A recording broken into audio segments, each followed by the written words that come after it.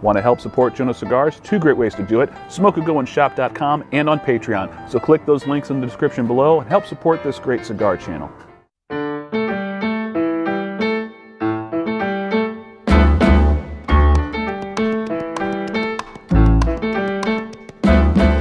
And good evening, ladies and gentlemen. Joe with Jonose Cigars. The year is all but spent, and we've had a hell of a year with cigars. Some of the highest rated cigars in my scoring system that I have done in the history of doing the channel of Jonose Cigars on YouTube. There was a lot of really great entries, a lot of whom didn't even make the list that in prior years might have made the list if it was in that particular year. But because the scoring was so much higher on the ones that did make the list, man, just a lot of competition for those top spots. So let's go ahead and break down my favorites of the year for 2024 and the Jonose Cigars top 10 cigars of 2024.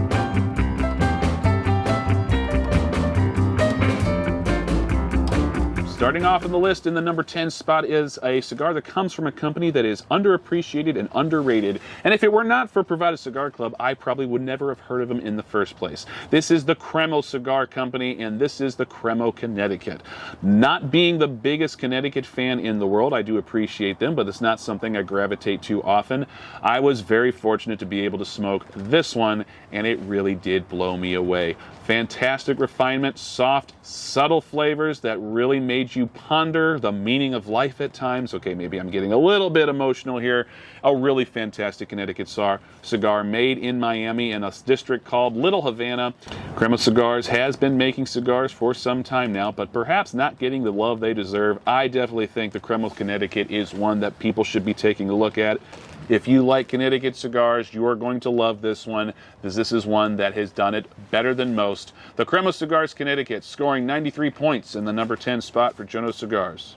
In the number 9 spot comes from Plasencia Cigars, and this departs from my typical gravitating towards Nicaraguan heavy blends. This is 100% Honduran Puro. This is the Cosecha 151, and a cigar that I knew right away after smoking one, this was going to be just a special, special cigar.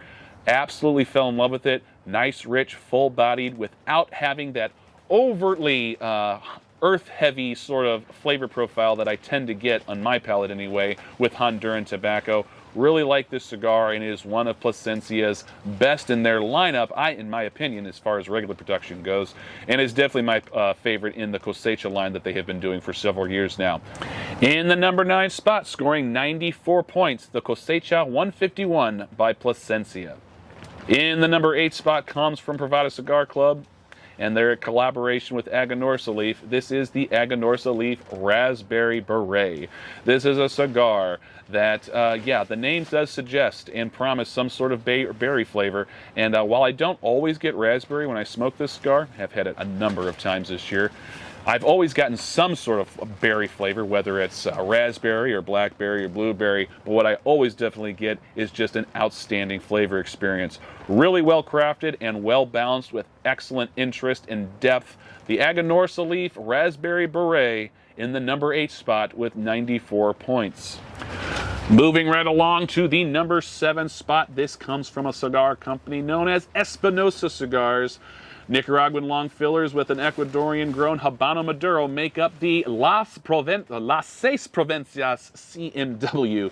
This is a 6x50 box press Toro that, is one of 6 different cigars in the Espinosa Las Seis Provincias series. It's my favorite of the 6 so far. I haven't had all of them, but this is the one that really stuck out for me.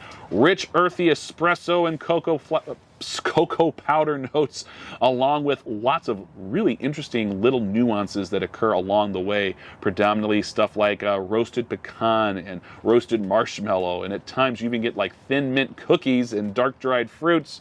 Lots to enjoy here. If you're a full-bodied, full-flavor cigar junkie like myself, this is going to be right up your alley. Scoring 94 points, the number 7 entry for Jonose Cigars in 2024 is the Espinosa Las Seis Provincias CMW. Moving on to the number 6 spot, we have a cigar that commemorates 10 years of cigar making mastery by Noel Rojas. This is the Rojas 10th anniversary. This is a 6x50 straight Parejo Toro featuring Nicaraguan long fillers and binder with an Ecuadorian wrapper leaf. Very similar to the previous entry, but there was definitely some difference in the flavor components. Still getting that core of earthy espresso and cocoa powder. However, the nuances on this one were very peculiar. You get stuff that very much reminded me of like cherries, cherry candy, cherry Danish pastry. Yeah, really outstanding. Fell in love with this cigar very quickly and was quick to buy a box. The first box-worthy cigar that I had experienced for the year of 2024. And it is a really good testimony to No Rojas' cigar craft. Really have been a big fan of Rojas and everything they have done. Ever since I first tried the blend that kind of got me started on them was the Rojas Statement. Ever since then, I just kept coming back for more, and I don't see that changing anytime soon. In the number 6 spot, the Rojas 10th anniversary with 95 points. All right, user be warned, the next several entries on this list may be, shall we say, cost prohibitive for many of you, and if I'm being completely honest, they're usually cost prohibitive for me as well. Thankfully, I have all the right friends in all the right places who are willing out of the goodness of their heart to donate these to me so I can enjoy them without even having to spend the money. First one on that list is the Byron 20th Century Londinensis. I think I'm pronouncing that Vitola right. And either way, it's a Robusto 5.5 by 54 straight Parejo cigar. Don't let the Connecticut shade wrapper fool you. This is a full flavor experience. You get your typical cream, you get your typical cedar, but you also get pistachio, you get donut glaze, you get really rich, refined sugar sweetness, you get something that kind of reminds me of baked macarons. Just outstanding. An amazing flavor experience with almost near perfection in the construction, burn, draw, what have you. Just outstanding. Not the most expensive in this list. Only about $39 MSRP. But yeah, if you don't think that Connecticut cigars are worth, because you don't think they have the strength, the power, the flavor dynamic, give this one a shot. And yeah, it's one of those things that you're going to want to smoke undistracted so you can get all the little nuances and details on this one. It is definitely worth it, and it is one that I have thoroughly enjoyed a total of 3 times this year. This is the number 5 spot for Jonose Cigars, the Byron 20th Century Londinensis. In the number 4 spot comes from a very, very expensive company, Atabey. Yeah, this was the first Atabey I've ever enjoyed, and probably won't be my last, but it's going to be a little while because, yeah, these things are expensive. When they first hit the market, they were about $50 MSRP. Now they are probably closer to $75 because the demand just went through the roof. Probably because so many people, like myself, gave it such glowing reviews. In the number 4 spot is the Atabey Black Ritos. This is a 6 1/8 by 55 ring gauge straight Parejo. Very, very interesting Vitola. You don't get a lot of sizes this unique, 6 1/8 by 55. That's very, very, very odd. Very peculiar. But the flavors on these, man, it's hard to describe just how delicious they are. Rich milk chocolate, dark chocolate, you get fudge, you get brown butter, you get toasted nuts, you get toffee, you get fudge. Did I say fudge twice? Probably. You get espresso, you get nice amounts of wood notes in there, perfect levels of spice, and just an outstanding construction to boot. It's really hard for me to put cigars like this on the list because I know how expensive they are, and a lot of people are just not going to be able to enjoy it. It bothers me, but there's no arguing with the quality. This one really is special, and it is something that if you get an opportunity to try, you should. In the number 4 spot, the Atabey Black Ritos with 96 points. All right, one more uber expensive cigar, the most expensive on the list. And normally, I wouldn't have this on the list because, yeah, Tony Larenko sent me one. And I knew it was a $100 cigar. And I was like, man, I gotta review it for the channel. I'll never be able to smoke one of these things again. I smoked it. I mentioned in the video that's like, yeah, even though it's scoring this high, it probably won't make the top 10 because I make it a rule. If you can only smoke a cigar once, you can't get it on the top 10 for me. I have to be able to smoke it twice, preferably 3 times, but twice is the bare minimum. And yeah, he sent me another one just so that it could make the top 10 list. And after smoking it twice, it definitely earned this spot. In the number 3 spot, this is still just number 3. This is the Plasencia Alma de Fuego in Ometepe. This is a special edition cigar that Plasencia released with an addition of Ometepe leaf in the original Alma de Fuego line, which is already a very impressive and very delicious sort of cigar. But this one is just taking it a step above. I don't know if you remember the review, but this was the most impressive ash I have ever had on any cigar ever. Period. It was amazing. It lasted well beyond the halfway mark of the cigar before it eventually fell. And it didn't struggle with the burn, didn't struggle with the draw or smoke output. It smoked like a true champ from start to finish. Nice full flavors, medium full body, lots of flavor nuances and depth. So check it out if you can. I know it's super expensive, but it is one of those cigars that I think, despite the hefty price tag, is still somewhat worth it.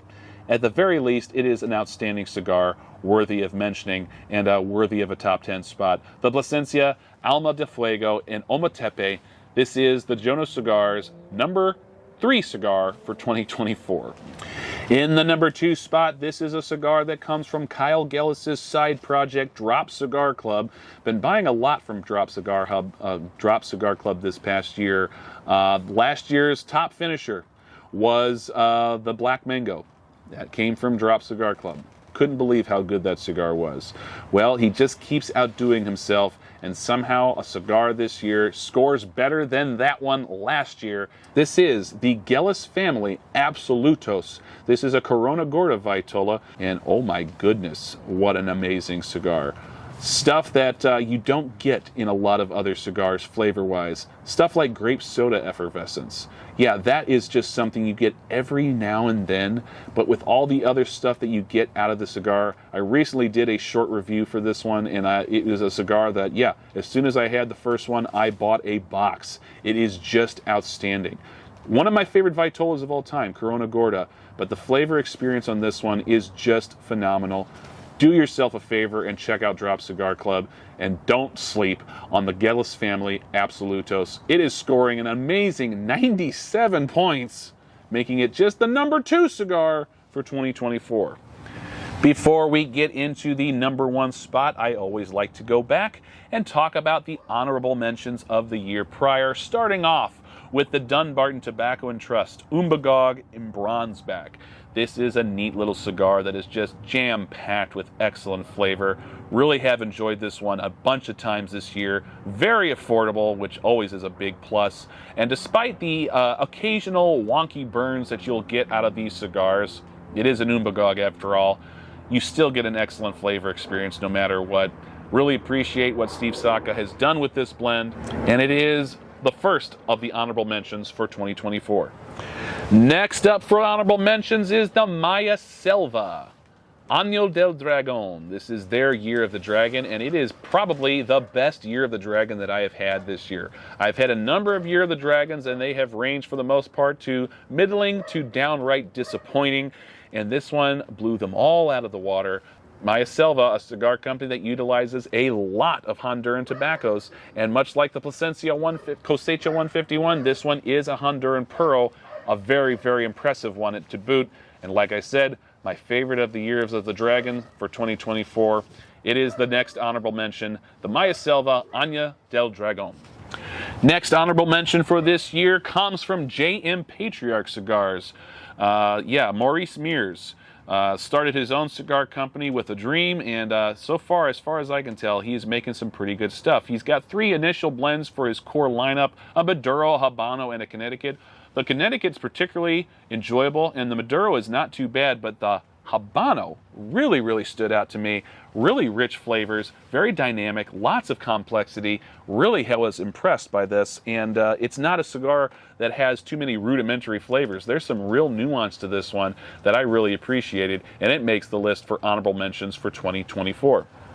Last honorable mention comes from a newish sort of cigar company. It's only been around for a couple of years. It got to interview the one of the co-owners of this company, which is Domain Cigars. They have 2 blends at this point, the Negentropy and the Neutron, with another one coming soon. I think they're going to call this one the Entropy, but the Neutron in particular really stood out. Rich, full-bodied, bold, very well constructed, and just a great testament to how good Nicaraguan tobacco can be. This is a great cigar. They have, I think, 9 different vitolas for each of the blends, which is crazy. I kind of like the 6x50 Toro, really enjoyed it, and hats off to Daniel Lance and Esteban Disla for putting out some excellent blends in their new venture. So, to round out the honorable mention list for 2024, the Domaine Cigars Neutron. And now the moment you've all been waiting for. The top cigar for the year for Jonose Cigars comes from a very, very small cigar factory in Esteli, Nicaragua. This is the Lanuza Machudo Habano. This is a 5x50 Robusto featuring a very kind of sexy and quirky ponytail of tobacco at the top of the cigar. Makes it really stand out. But really makes it stand out, in my opinion, is the flavor experience you get on the cigar. Plenty of sweet florals, fruits, lemon, tea notes, baking spices, cherry candy, so many things to unfold out of the cigar. I'm not going to try to list them all. It is a cigar that I haven't even reviewed for this year. I haven't done a written review. I have just enjoyed privately and quietly on my own time in the wee small hours of the morning, late at night where there are no distractions or people around, and I can just focus on the cigar itself. Just an amazing experience that I can't wait to experience again. I might actually light one up again as soon as I'm done doing this video. But it is definitely the #1 cigar for me in 2024, the Lanuza Machudo in Habano. Congratulations to Raul Lanuza. You're really going to want to watch the story of his cigar journey, a 3rd-generation cigar maker. Look in the link in the description below to watch his story. It is very much worth your while. Scores 97 points for the top spot for Jonose Cigars.